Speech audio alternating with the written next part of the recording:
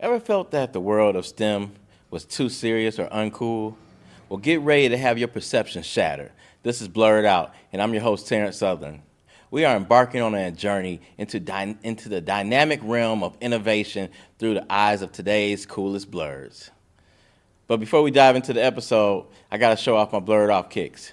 Shout out to Annie V Artistry for the custom design shoes. These actually glow in the dark. Confidence, yeah. It really shouldn't be no arguments, cause you're now viewing the greatest of all time, saying I can't get better. I am excited to have Maynard Okereke, the Hip Hop M.D., an award-winning science communicator with a degree in civil engineering. Maynard has received accolades for the best streaming content and is recognized for his community efforts. You may have seen him on Netflix, Ada Twist Scientist, and the Science Channel. Join us in this captivating conversation about his journey, achievements, and the fusion of science and entertainment. Welcome to BlerdOut, Maynard. Hey, thank you for having me. Appreciate it. Man, this is exciting. So I'm just curious, how did you go about mixing hip-hop and science together? Oh man, that's a story all in itself right there. I've always been a science nerd. I grew up a science nerd. I was always into nature. Fascinating enough. I used to love exploring out like neighborhood park, catching frogs, snakes, salamanders. But at the same time too, I was always into entertainment. Like music was a thing. I grew up as a hip hop artist, making music, writing music, producing. I was in a group. We did solo work as well for a long time. And really, the hip-hop science is a culmination of literally everything I'm about, right? My love for music, my love for science and nature, and my love for educating, And it was really the culmination of all those things. And I went through a whole crazy life journey of trying to figure out the best way to express myself. And the hip-hop science platform was that full culmination, that summation of everything that I do. And from there on, it's been rolling, and it's turned into this whole educational platform that it is now. I love that because that's just where we're trying to go with the BlerdOut movement. Mm-hmm. It's like, how do we make STEM education and STEM innovation more relatable to the things that we enjoy? And hip hop, again, one of those things that started with us. So how do we just blend in those great things? Yep. So tell me, where'd you grow up at, and how'd you get into the world of engineering? Yeah, so I bounced around quite a bit. I was actually born in Austin, Texas. My dad's side is Nigerian, my mom's side is from Cameroon. And so they came to the country, they had me while they were still going to school. And they couldn't take care of me early on, and so they sent me back home to Cameroon. So I actually was raised in Cameroon, West Africa, lived there for about 4 years, and then came back to Texas for like a hot minute, quick year, and then we ended up in Vancouver, Washington. That's where I spent most of my time, Vancouver, Washington. The other Vancouver, people always think Vancouver, Canada, but Vancouver, Washington, just across the river from Portland, Oregon. And spent most of my time there. Ended up going to school in Seattle. And like I said, I grew up a nature nerd, always into wildlife. And because I actually wanted to be a wildlife biologist. That's what I actually went to University of Washington originally to explore, was a degree in wildlife biology. And it was crazy. I got into school, right? And literally everybody was like, nah, you don't want to do wildlife science. Like, there's no money in wildlife science, And I think it really triggered from, there was nobody that looked like me that wanted to be a wildlife scientist. Like, I didn't know any wildlife scientists when I was growing up, you know what I'm saying? I just had this love and this fascination for nature, and I wanted to explore what that could be. And by the time I got into UW and I started seeing other black people, right, in college that were exploring all these degrees and seeing other educated brothers and sisters, right, I ended up finding a little bit more about engineering. And I grew up also loving design. I loved, architecture and building things, right? I was a Lego nerd as well. And so that really kind of sparked interest in engineering. And from there, I did internship as a nuclear engineer for a while and ended up pursuing my degree in civil environmental engineering. I love it. Talk about the 6 degrees of separation. Yeah, I mean, like for me, I currently live in Dallas, Texas. Okay. Right. So you were born in Austin. Mm-hmm. But one other thing I'd like to share with you is that I actually did my African ancestry DNA test last year for the New Year, right? Mm-hmm. And learned that my ancestry is from Cameroon. Oh, right? nice. So we'll have to talk more about that another dope. time, because I'm thinking about how do we take something back to the motherland, right? Yeah. And do some of the things that we're doing in the community. Yeah. So, First step, you got to visit, man. I always tell people you always got to get back to the motherland. Like, yes. I always tell people, no matter what, take a trip back to Africa. Yes. And just be immersed in the culture and the people. It's like even because I've been back multiple times since I left both the Cameroon and Nigeria, and I still have a lot of family that lives over there. And there's nothing like going over there and experiencing that rich culture and just kind of knowing where you came from. And even though I remember the very first time I went back to Cameroon since I had left, even though I left when I was really little, right? I still had this, I had this piece of me that knew everything. It was like deja vu. I remembered where everything was, right? I remember the kitchen. I remembered still how to navigate places. And it was really like this, like a visceral, like instinctual element of being back home. Yep. And there's nothing like being back with the culture and your people and again, knowing those roots, you know? So go back to Cameroon if you have a chance. I'm going back. I'm going to call you when I go. So let's talk about like a somewhat of a touchy subject. The idea of were you considered a nerd when you're growing up? And if so, what was that experience like? And I've never really liked that word, right? Because I felt like it was a derogatory thing. But here we are kind of celebrating the black culture. So what was that experience like for you? Yeah, I mean, funny. I mean, my name is Maynard. Right, and so like, if there was anybody that was gonna be growing up being called a nerd, it was me. You know, like I always tell people I never had a good reason of my name. My parents never gave me an actual. There's no cool thing where I'd be like, that's Maynard. That just means it was just, I was born in May. That's all I got, you know, from Maynard. But, you know, so I grew up with that name. So there was obviously, thinking about 5th, 6th grade, people always make fun. It started out Maynard and then ended up being, you know, Mustard. And, kids run with whatever stuff. But yeah, I always consider nerd, right? Because I told you, I had this love for nature and I had this love for learning and just education in general. And I think a lot of that stemmed from my parents, having African parents. And, you know, if you've ever been around African culture, African people, right, like straight from Africa, it's like, you had no choice. You're either going to be a doctor, engineer, or lawyer. Like, that's it. Those are your only routes, you know? Right. And it comes from a good place, right? Because your parents want you to have a better life than they had growing up, you know? And I didn't really appreciate that until later on as I got into adult. Early on, like, I hated it because I was always getting pushed. School, education, learn this. I go to school, do all my projects. Then I come home, my parents would maybe do extra math projects and extra experiments and science stuff, you know? So I was like, I was always immersed into education and learning. And so for me, it was just natural, right? I went to school and I loved doing quizzes. I loved doing tests, you know, and I excelled. I did well. I was a straight A student all the way through high school, 4.0, you know, valedictorian, all that stuff, you know? So like, I had that element of education and just learning. And people always wonder, like, how do you know all this stuff? Like, how do you just know these random facts? Because I also didn't really fit the part, you know? And I was always that kid that merged with every, you know, category of student that you could possibly imagine, right? The jocks and the sports kids and you know, and the nerds. And then, you know, I'd go and hang out with the goth kids. And I was just all over the place, right? I was just fascinated by people. And I love just being tight with different groups of people and learning from different groups of people. And so people always kind of put me in that box of like, you're different. You're, you know, weird nerd. You're just, you know, you're smart, you know, all this stuff. But at the same time, you know, I was also that kid that rapped, you know what I'm saying? And so like, there was always, people never knew how to categorize me, you know, and which I didn't mind, but I didn't really appreciate that level of kind of separation until I got older, you know, because even for me internally, it still caused a divide in myself because I didn't know where I truly fit in, especially when I started, you know, pursuing career and all these different things, right? I didn't know exactly how to, like, what pot to go in. And I think that caused a lot of division in just knowing what I wanted to be as well, too. Man, you were so inspiring. But I must ask, like, so do you have a rap album?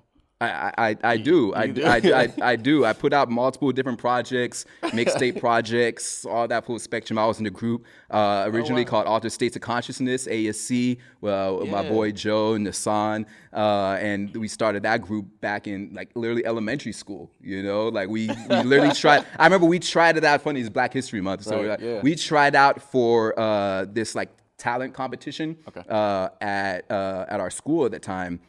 And it was 3 of us in our group, my boy Richard, me, and Joe. And I wrote this song about MLK, right? And at that time, we thought it was dope. I was like, they're gonna go crazy when they hear this song. And we're like in 6th grade or something like that at the time, you know. And I remember trying out for this talent show, and I was like at an all-white, you know, school, right, you know what I'm saying? Like, we were like the only 3 brothers that were at this school, you know? And so, but we were thinking about that concept. We're like, oh, this is dope. We're going to rap this song. And we tried out for this competition. Everybody's like, oh, y'all going to get it in here. And I'm looking back, I remember like performing in front of this, like, you know, it was like 3 older white ladies in the school. Sure. And in our head, we're like, oh, we're getting in. And then, you know, we didn't get into the talent show. But that kind of started our whole kind of trajectory into music and performing arts. And so I did work in that group and then eventually as a solo artist as well, too. So, yeah, I did the whole full spectrum spectrum in Yeah, music. you went way further than I did, because I just rapped in my college dorm at Tennessee State, made a whole bunch of noise, woke my RAs up and things like that, and acted like we weren't doing it. So I actually still have the cassette tapes. Yeah, that just shows how far back I go. Nice. Yeah, I'm an old school rapper. We'll have to pull it out sometime and do a little listen through. I'm ready. Let's make it happen. We're gonna make the BlerdOut song. Yeah. So how about this? I noticed on social media that you coined yourself as the Bill Nye of World Star. Yeah, Bill Nye meets World Star. Okay, Bill Nye meets World Star. Yeah, that's a tagline that I have in like my bio on most of my social platforms. And it was funny because like originally when I started that platform, it completely didn't go the direction that I was thinking, right? Hip Hop Signs really started out as a sketch idea, right? Like I'd left engineering, moved down to LA to pursue music and entertainment work. And while I was acting and trying to figure out, hey, how do I find someone that like truly defines me? How do I separate myself from all the other actors and musicians and artists that are out here, you know? And I started thinking creatively about, okay, how can I develop some funny sketch or something that could really showcase who I was? And I remember people would always say I was the guy that just drop random science facts in like inappropriate situations, you know? So I kind of ran with it. I remember I was in my boy's place one day and we're listening to, I think it was a Rick Ross song. And there was a line in there where he was like, I live next to Oprah, you ain't even know it. Or something just like, you ain't even know it song, right? Okay. And I remember sitting there, I was waiting for my friend to get ready and I was like, live next to Oprah. And now this is how my mind works, right? I'm like, okay, Rick Ross, Oprah's a billionaire, right? How much money does Rick Ross have to make in order to have a house next to Oprah, you know? And so like, my mind always goes down this crazy wormhole. And from there, I started like doing these kind of debunking of different song lyrics, right? Where I'd break down whether it was fact or fiction, you know, from just different lines. You know, hip hop's all about crazy, outlandish bars, you know? Yeah. And so that's how the Hip Hop Science platform started, which was this random sketch idea, and then eventually snowballed into this whole educational platform. But that's really how it started. And so when people would ask like, oh, what is this, or what is this character, right? I grew up as a Bill Nye fan, loving Bill Nye growing up, but then also as a hip hop junkie as well too. I was like, okay, what worlds does this actually fit into? And I was like, oh, that's like Bill Nye meets like the ratchetness of World Star, you know? Because I'd break down like crazy, weird music lyrics or like fight videos or, you know, just crazy things that would happen in our culture that we'd always like, you know, laugh about or just watch from an entertainment perspective. But then I was like, oh, how do we mix in science into this? And how do we actually learn something from this thing that we're just being entertained by? How do we pull some knowledge from it? And so Bill Nye meets World Star was that fusion and just kind of ran from there. I love how you've, you know, collided those worlds together. Mm-hmm. But tell me, how has that impacted the community that you serve, and you know, what has it meant to the minorities and the youth in the community? Yeah, I think that aspect is really important. And like I said, when I started, I just started out this sketch idea. I didn't really have this long-term, you know, broader scope vision of this platform being something in terms of STEM outreach and representation and diversity in STEM and all this that I do now. But I quickly learned that when I was doing this content, like people were learning things from it, right? Like people would actually reach out to me and be like, I didn't know that fact. Like, this is cool. I learned from that. And from there, I realized like this is a perfect opportunity to educate people in these forums that we already live in, that we already bring our culture and our true selves to. How do we now educate people through this lane, through this vessel, right? And I always think about how I wish I was taught things in school, because my curiosity kept me involved in education. I could have been like hundreds, thousands of other students that left school, dropped out because it just didn't feel like it was for them. It didn't fit them, you know? My curiosity kept me in it. But I didn't have like teachers that were like super passionate, that really showcased like, hey, this is why you need to be in this field. This is the opportunities that can open up for you. This is the way to get hands-on and experiment and learn. Like I had to figure all that stuff out myself. And I wish like I had a teacher, educator that spoke to me in a way that I could understand, right? That connected to me at the core of who I was, you know what I'm saying? As a black person into hip hop, into culture and fashion and all these different things, that blended these things that I did on a daily basis with science. And so when I started doing this hip hop science platform and I started seeing people were learning from it, I realized this is a perfect opportunity to engage and educate our community, reach them where we're already at. We're already consuming these media, right? On social media, TikTok videos, all these different things, crazy videos on World Star and all these different things. How do we now bring this educational element to it? And so much like what you do here for the BlerdOut podcast, right? It's like representation is showcasing more of us, right? Showcasing the wide range of perspectives that we bring to the table. You know what I'm saying? We're not just a monolithic, one type of people, one type of culture. There's so many different backgrounds and so many different things that shape who we are, and I think it's so important to be able to bring that on the educational side. And that's really what is growing into providing representation in STEM, diversity in STEM, showcasing the importance, showcasing the value that we bring to the table and the enrichment that we bring to different companies, whether it's on the tech side, biology, wildlife, space exploration, whatever it is. How do we bring our culture to that? And how do we kind of merge those worlds? And how do we now uplift that next generation that's behind us to spark that curiosity and excitement to keep them engaged in these fields as well? Man, I am so inspired by you, man, just listening to you. And I know that journey all too well. I mean, the very thing that you're speaking to is the reason why we started the BlerdOut movement. And how do we navigate and go forward faster, right? Yeah. Because the same experience I had, you had, and somebody else out there is having. So I'm sure that the work that we're doing is actually going to magnify and go further. So let's talk a little bit about hip hop, right? It's 2024. It's a lot different than what we saw when we grew up. Oh, yeah, most definitely. I mean, I remember when Young MTV Raps debuted in 1988, and I was excited. But let me ask you, who's your favorite hip hop artist? Oh man, we're gonna go to top hip hop artists. Actually, this one is easy for me. I'm a Nas fan. Okay. All time best MC, best because I think whenever it comes to best hip hop artists, there's always got to be a criteria, right, of what makes the best. I think longevity has got to be in there, right? Your discography, right, of what you bring to the table, and your impact on the culture.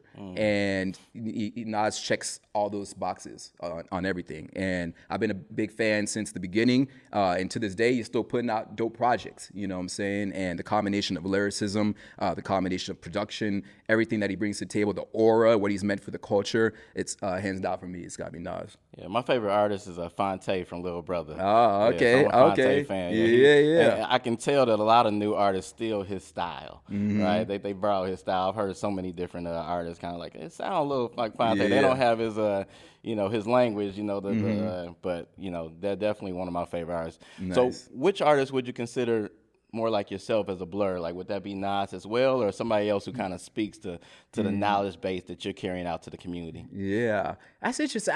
I mean, I think Nas still definitely fits within that blurred element, but like when I think of like blurred as far as hip hop, I'm also a big Wu-Tang fan, right? And I'd put Wu-Tang, they're a group obviously, so like they don't categorize as like the best hip hop artist. But if I go with best groups of all time, Wu-Tang hands down. And the whole Wu-Tang squad are Blurs. Like That's literally true, the whole. I mean, you think about the whole foundation of Wu-Tang, right? I mean, it's based out of old. It's based out of old like Wu videos, right? Like this is the whole style, everything that they embody. Comes from a blurred perspective. It's like, who else would do that? Who else would take this different culture that has no element in black culture or black representation whatsoever and take it and make it theirs, right? And they did that, And you look at like Jizza, you look at Master Killer, Ghostface, you know what I'm saying? And the terminology, the words that they use, the wordplay. Like I feel my introduction in science came from Wu-Tang. Listen to Wu-Tang songs. Like that's where I fell in love with science, was listening to those lyrics, you know what I'm saying? Bomb atomically, Socrates' philosophy is not, it's like everything they spit is science. You know what I'm saying? Like everything they spit is science, and knowledge is power, you know what I'm saying? All that, the whole mantra, everything that exude and bring to the table. And so, yeah, I gotta say hands down, you just look at the whole Wu-Tang group and the affiliates, the whole group of Wu-Tang are Blurs. The whole entire crew. Well, there you go. One for the Blurs called Wu-Tang. I mean, I love that. That's a good one. I mean, and you even started spitting for us, so I mean, that's special. So again, you've collaborated with a lot of high-profile organizations, brands, institutions. You mind shedding some light and share with us about what those collaborations were like and what was the impact? Yeah. No, that's one of the things that I've really enjoyed the most about this platform is I always try to take time to just look back and just appreciate the growth, because a lot of times we work, we're always grinding and we're in the moment, right, and we're thinking, we're not doing enough, there's more to do, and I'm always that, right, I'm always on to the next thing. And so I've been trying to do better at just kind of settling in and just kind of looking at the trajectory and like all the things I've been able to do. And it's been a blessing, man. It's been a blessing from where this platform started out, as I said, a sketch idea, to now working with some of the biggest tech companies in the world. I just came back from CES 2024 this year, just a couple weeks ago, doing a project with 3M, you know what I'm saying? And literally 3M, Scotch tape, Post-it notes, that 3M, right? That has hands in literally every facet of material science and physical science, any device that you could possibly use. There's a 3M element in it, And so having a partnership, being an ambassador for them and showcasing some of the new technologies that they just launched at this last CES, absolutely phenomenal. I've done some work with Microsoft as well too. Blue Origin, doing an event with space exploration event that with some of their students that they brought out for a symposium. And just kind of that whole full spectrum of all these different threads, right? Wildlife organizations. I'm on the board right now for this program called Reserva Youth Land Trust, and we're helping preserve a plot of land in Ecuador. And as a rainforest lover and a nature lover, conservation is a big part of what I do and love, and that program inspires and encourages and empowers youth to be involved in conservation efforts, and so supporting that organization has been absolutely amazing. And so it's been a blessing, man, just being able to see the people and places that I've been able to reach with this platform, and the people that reach out to me to say, hey, we appreciate the work that you do on not just diversity but your voice that you bring to the table, to be able to promote their brands and promote their institutions as well too. That's been absolutely phenomenal. So it's been an absolute joy being able to partner with them. Have you also done any work with nonprofit organizations who are pushing the mission of STEM in the Black communities? Oh yeah, 100%. There's an organization in Baltimore called STEM CX that I've done some work with, and I have so many different random affiliate brands that a lot of stuff I do pro bono too, especially if it's a dope organization that I know, hey, they're doing really legit work and they're touching youth in different ways, right? I always try to offer my services, whether it's like on consulting, whether it's advising, to be able to like find ways to be able to grow their platforms or be able to share what I do, whether that's giving them content that they can use for their classrooms or giving them content that they can use for some of their programming. So I'm always working with different organizations that specifically support STEM efforts for Black people. And a lot of the programming that I do is based around that when I talk about highlighting representation in STEM, because, I think that fits into the whole blurred element, right? Is like, why is our voice in science and technology and education, why is it important, right? We don't see many people that look like us in these fields, especially the STEM fields. And these are the highest paying jobs in the world, and we only make up a very small percentage. And then we lose so many people on a day-to-day basis. That could be the next Einsteins, That could be the next Elon Musk, right? Because they just didn't have the opportunity. They didn't have somebody that reached out to them, or a voice, or a embodiment of what they could be, somebody doing dope work in that field, And so I try to be that in a lot of the work that I do. And that's why I love touching across the full spectrum of STEM and bringing my voice to so many different elements. I did recently an ocean exploration on board Nautilus Live, and it's the Nautilus ship it's a research vessel that travels all across the world, and they do unique science research, right, from ocean mapping to discovering new organisms, right? And I've had a chance to go on 2 expeditions on board with them, and I've had students that have reached out to me because I have this presentation that I do, which is called Oceans of Possibilities, and I talk about all the unique things that we've been able to do on that ship, and the unique things that we've been able to touch, and the conservation efforts that we've been able to support. And there have been so many different students, especially Black students, that reach out and they're like, I never knew of these opportunities. I never knew that there were Black people that could go out to sea and actually explore, actually work with technology and submersibles, right? And just through the content that I've been able to share on my platforms, highlighting some of the research that we did on there, so many other students now have become educated and now have become curious about opportunities in marine science, which is another field you never see Black people in, And so I'm always proud when I'm able to touch, different minds and different voices like that in that way by sharing and showcasing some of the things that I've been able to do. Yeah, thanks for sharing that. I actually just connected with the organization Blacks in Marine Science. Yep. Absolutely. I have a lot of friends that are part of that group. Okay. And doing it. They had an event not too long ago that I wish I could have made. Just timing didn't work out. I had another project going on at that time, but I always support them as far as promoting the work that they're doing, and that's an amazing and great program. And a lot of those programs started over the pandemic, right? Yes. When we started realizing when representation became so front and center and acknowledging and understanding that we need to support Black people in different things. We need to support Black people in outdoors, Black people in nature, Black people in astrophysics, these fields that we've been historically left out of. And so a lot of those organizations started over the pandemic when we started really feeling empowered and people really started noticing this disparity of Black and brown voices in these fields. And so those organizations are so amazing, and we just need to do better at getting that outreach out, letting people know that these platforms are there, these programs are there, and that we're out there doing this work. That's so important as well. I mean, I tell you, after this conversation, I don't think there's going to be any problem getting all of us in the room together to figure out how we can make a bigger impact together. Yeah, get the conglomerate started, baby. With it. So I got another topic for you. Yeah. Shark Tank's one of my favorite shows to watch. Yeah. Right? You were on Shark Tank. Mm-hmm. What was that like for you? Man, it was a crazy experience, man. Like, I always pride myself in being ready for every moment. You know, I work hard, I prepare, I do everything, and I don't really usually have crazy nerves. I remember even as an artist performing on stage, like you get that adrenaline rush, right? And you get anxiety a little bit, but once you're on stage, like everything just lets loose, you know, and you just go for it. Right. And I bring that same element to everything that I do when I'm doing keynote presentations and workshops with students and everything. Like I have that kind of anxiety beforehand, but as soon as I'm on stage, I let loose.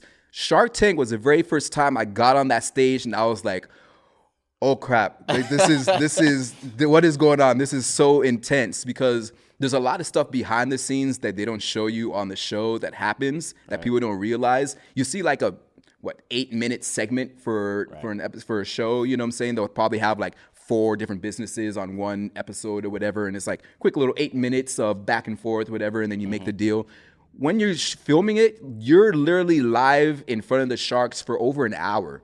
Wow. Just going back and forth, talking about your business, going back and forth about money, about opportunities, about yourself, where you're going. And they're just hitting you left and right with questions, bombarding you with questions to the point where you don't even have time to answer everybody. You're trying to answer one person, another shark's answering a question or asking another question. So you're bouncing all over the place. And I remember being so scattered in that moment. And I was like, we're going to lose this because I can't focus on what I need to do. Everything I had planned just went out the door. But it was an absolutely crazy experience and one of the most life-changing experiences for me just as an entrepreneur and somebody that just loves doing random things. So outside of what I do, obviously, with science communication work, I have a food business, and that's what we brought to the show, our line of seasonings. And at that time, we had just launched our plant-based chicken. Okay. And so we were on that show, and we're like, hey, we're trying to make this happen. We've been running this business for the past 4 years, just on the ground, going to different festivals and just building a buzz within like the vegan community as well, and within just food lovers. And that was our one opportunity to go land a deal that could be game-changing, and thank God we did it because it was a stressful moment. You guys did get the deal? Yeah. All right, excellent. Congratulations. Yeah. All right, and so how did your success on the show contribute to the impact that you're making now? Yeah. In a lot of ways, like at that time, I'd already started my hip hop science platform. So we filmed that episode back in 2020. So we were the pandemic season, which was crazy. Like unforgettable season. It was completely different than they'd done for any show. We filmed that in August of 2020. And we know what was going on in August of 2020. Like nothing. Everything was shut down. So they had us posted up in the Venetian there and doing that episode. And then the episode aired in like November of that year.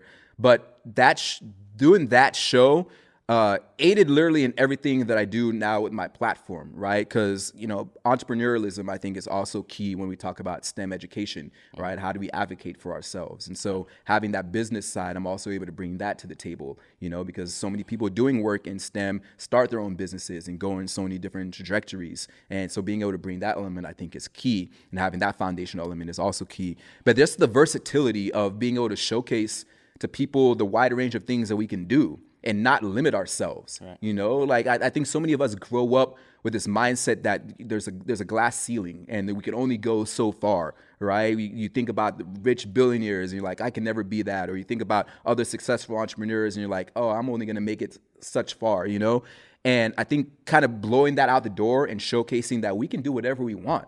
I can go on a wildlife exploration and can be communicating science topics on social media in this weird, quirky way, right? With my headphones and lab coat on. And the next minute, I could be doing a business deal with Barbara Cochran. You know what I'm saying? Yeah, Like, right. like the wide range of different things that we are able to bring to the table, and not to be stereotyped, to not be put into one box. Like if I could go back and look at myself in 6th grade riding, the MLK line, like to where I'd be now doing this work, and then having my history in music and entertainment and acting, and being a struggling actor here in LA and going through that whole grind, and being a starving artist and just trying to get my music heard, to now being able to do all these wide range of different things, and still bringing my true authentic self to the table. I mean, I think that's so important when we think about STEM education and STEM outreach, and really getting more of our voices in these fields. So your mission of your program is to change the stereotype of what a scientist looks like. Oh yeah, 100%. Like, how have you actively been working towards that, and what's that experience been like for you? Yeah, I mean, I think that's literally everything every day with the videos that I do. Not in the videos that I make, the stories that I share, and the life that I lead, right? Like most people, I walk into a room, you're not going to think that I'm the scientist in the room, right? And just because I'm dressed like this, most of the time you'll see me, it just dressed in the culture, you know what I'm saying? Like just doing me, And I think I grew up, especially, I remember going and doing my first job that I worked as a nuclear engineer, right? And that was an internship that I did in college. And I was working at the Puget Sound Naval Shipyard. And my task on that internship was to develop new tools to help dissect the hulls in the nuclear submarines when they came back to the shipyard. And I remember I used to take the ferry going there every morning. And I remember I was at the ferry one time, and this lady asked me, like, "Oh, what do you do at the shipyard?" And I'm like, "Oh, I'm a nuclear engineer." And she looked at me like I was absolutely crazy, like I just literally spit in her face. Like it was the most unbelievable, ridiculous thing I could have ever said. I still, to this day, it's stuck with me for so long. I remember the look on her face of just like, there's no way you could possibly be a nuclear engineer, right? Because I didn't fit the mold for nuclear engineer. You know what I'm saying? Like I was in college, I was sweats, just chill, kind of oversized baggy cap. Like I didn't fit that look for what a scientist looks like. And that moment really stuck with me because that look on her face, and I'd experienced different things like that throughout my life, especially in college, of people stereotyping me because I didn't really fit the part. I didn't look like that, Right. And it stuck with me. And from that moment, that was literally the last time I told people that I was doing a nuclear engineering internship, because I didn't want people to look at me like that, or have that look of disgust or unbelief, or now have to explain myself. Look, I'm doing this. I go to school. You know what I'm saying? I didn't want to have to prove myself to people every single time. And so that and other little moments kind of pushed me away from really being able to bring my authentic self to the table. And so when I think about kind of changing that narrative, I think for all of us, it's so important, because that, even though it seems so simple, right? Like, oh, clothing, like whatever, that shouldn't be a big deal, or style, whatever. It is a big deal. I mean, you start off this podcast bringing attention to your shoes, right? Like, right. And we're on a BlerdOut podcast with Hip Hop M.D. talking about science and STEM education. There's so many important things that are true to who we are, that we need to embrace, that are important. And if you take that away from us, it strips us down. Right? When you get stripped down, you get stripped naked, and you're bare, you don't want to be seen, and that takes so many of us away from doing amazing work in STEM. And that's why I say we lose the next Einsteins, right? We lose the next Oppenheimers, that could be like us, that look like us, doing incredible work, because they just didn't fit into that mold. Somebody looked at them and defined them already and said, you don't belong. Right. Or they didn't see representation, somebody that looked like them, right? And so changing that narrative is so important. And that's not just me that's doing that. There's a whole, group of psychomers that are out here doing work, in STEM. I have so many different partners that I work with, and so many different peers that I work with that are doing such dope work of like, okay, this is what a scientist looks like, and that mantra rings so true, because we've all experienced that racism. We've all experienced being pushed out of academia because we didn't fit the mold, we didn't fit the stereotype, and we don't want to be boxed in. And that's the thing I think it's important for our culture. Like, we're very prideful people, right? Like, we bring something to the table, like we want to be respected for what we bring to the table, and we know our worth, And if we get pushed out of that's so limiting for all the possibilities of things that we can do as far as changing technology and changing the kind of forefront of where the world is going. So changing that narrative, I think, is so important for all of us, Black and brown voices, to be able to really shape and define our place in STEM. Black robotics engineer, black nuclear engineer together having this conversation. It's so important that we break the stereotypes that we've just become accustomed to. I too share the sentiment that you shared. I remember when it was like for me in my engineering role, and I was told things like, well, you're from Detroit, like you must be from the other side of 8 Mile, right? There's no way that you're from that side of 8 Mile. Like it's just not possible that you're a robot engineer. And for me, it wasn't until I got in front of kids that I started to value that you and I, we're superheroes in the world, right? And that's how, we're with the athletes and the entertainers in the black world, the ones who don't get enough press and get to be seen, right? And that's exactly what we need to do. So I love what you're doing right now, and I'm hoping that we continue to work on things like this so we can just make a bigger impact, right? Absolutely. Because there's not a bunch of engineers having this conversation with one another right now, but we should, right? We should have a bunch of cameras around us and see what that conversation turns into and how we can, uplift the youth that's coming behind us so that those kind of things won't happen. Because, like you said, I get into rooms and it's like I'm the only one, right? And that continues to be frightening. After 25 years, it's like, here we go again, right? Where even, looking back at all the accomplishments, you still get questioned for your capability to do something. And that's just not right. But we got to get stronger and break those stereotypes. 100%. So the mission of the BlerdOut is to turn the STEM into a vibrant experience. How does that representation align with your mission? Yeah, I mean, I literally think everything that we've talked about thus far, I think is part of that mission. Think about it, right? You talk about BlerdOut and black nerds, right? And what we bring to the table, and I talked about earlier, showcasing our facet sides, of all these different things that we are able to bring to the table, this wide spectrum of skill sets that we have.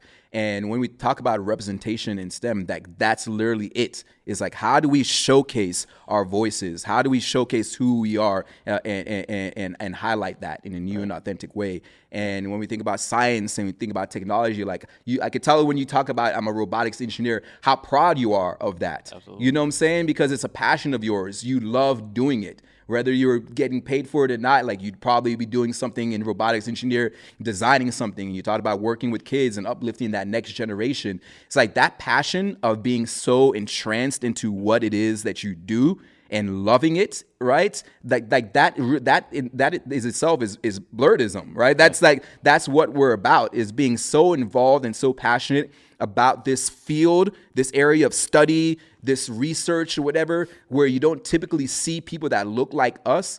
Like, that's why it's so important, Like, if everybody was just doing it, right? Like, you're not seeing a white nerd group, right? You're not seeing because there's an element of appreciation when there's not representation in that area. When you have a community where a low percentage of us are involved in STEM. And so for me, doing the work that I do is all about that on a daily basis. I always infuse an element of representation. I always infuse an element of getting more of us in these fields because and I always compare it to nature, right? A biodiverse ecosystem are the most thriving ecosystems because you have so many different elements that bring something unique, a foundational element to that food cycle, to that food chain, what I'm saying, from phytoplankton to the carnivores, right? And the plants, vegetation, all of those contribute to the health of an ecosystem. And when you take one of those elements out, that ecosystem doesn't fare well. And it's the same thing when we talk about STEM education and careers in STEM. When we lose people that look like us in these fields, those fields don't grow. They're not fruitful, right? And I think more and more people are realizing that. It's like we bring so many unique things to the table, cultural perspectives to the table, and those elements shape and they grow the trajectory of where these businesses, where this technology, where this innovation can go. Because you don't have innovation without diversity. Right. You don't have innovation without unique people bringing something different to the table, changing and asking questions from a different perspective, from a different mindset. Like, that's what innovation, that's what true innovation is.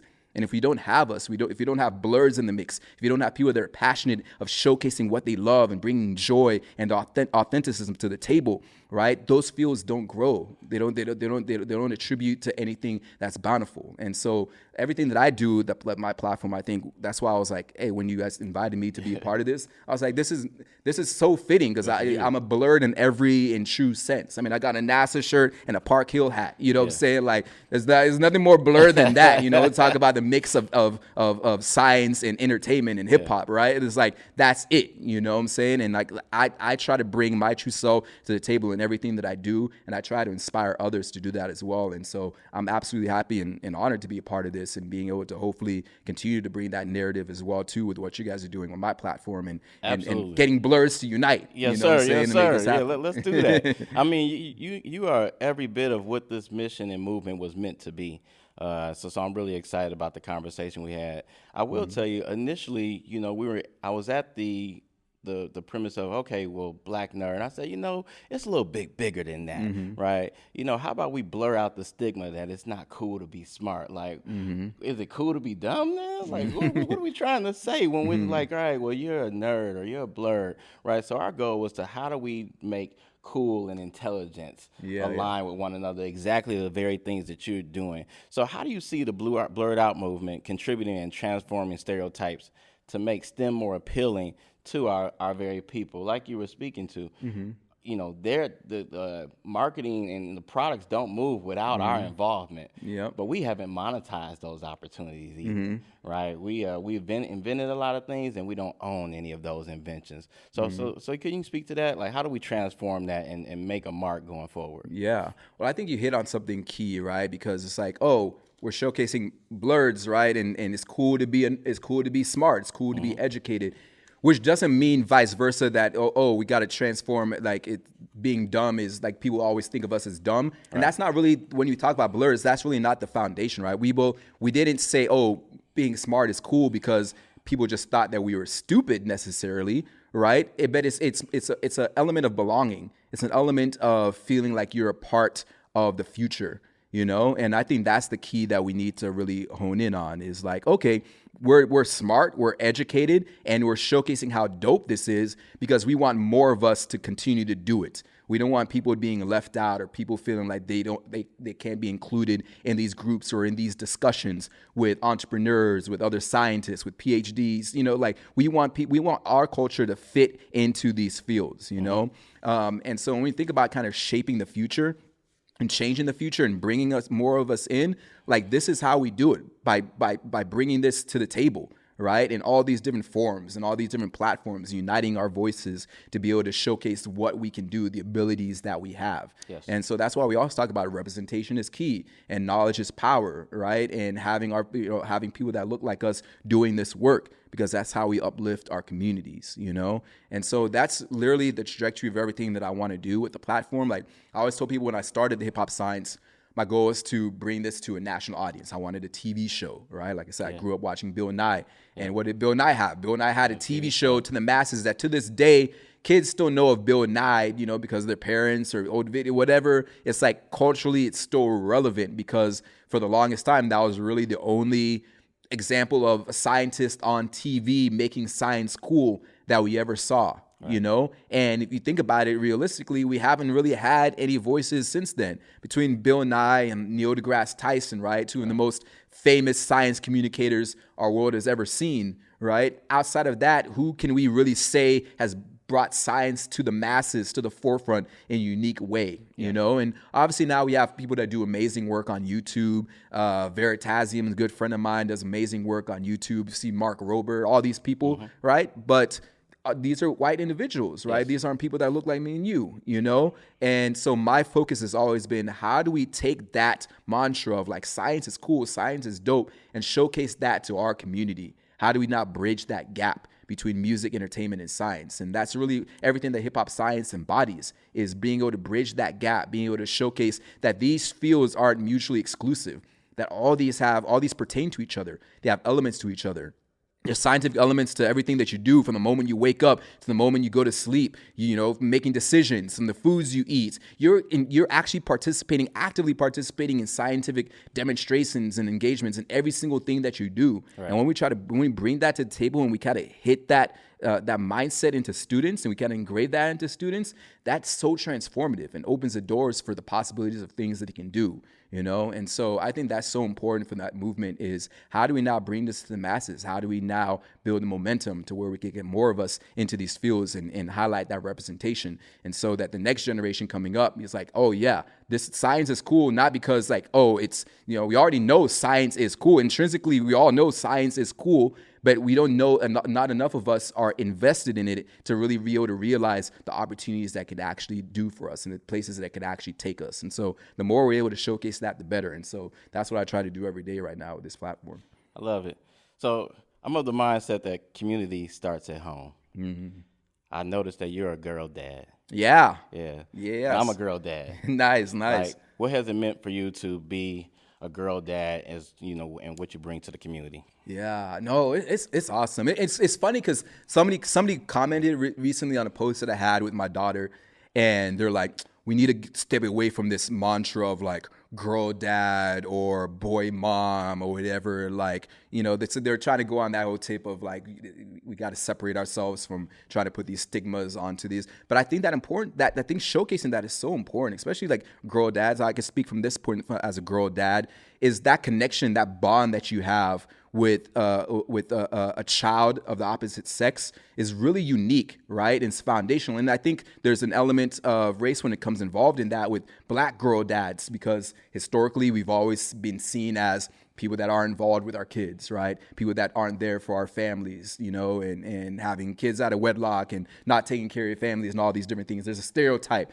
that goes along with that within us. And I think breaking those stereotypes is important, but more so with me and my daughter, and being a science nerd, like being able to now teach and educate my daughter. I teach and educate kids all the time in workshops, K through 12, adults, everything. But to now have child that belongs to me, that looks like me, that came from me, being able to now implore what I know and what I love and put that on her and pass down to her. If she loves it, it's not like my daughter has to grow up into a scientist, you know what I'm saying? Like, I just want my daughter to grow up knowing that she can do anything that she wants to do, yes, that she has any door open to her, and that she can't be boxed into anything. Like, that's what I'm here to showcase her. My job isn't to turn her into a scientist. My job is to showcase all the possibilities of things that she can do.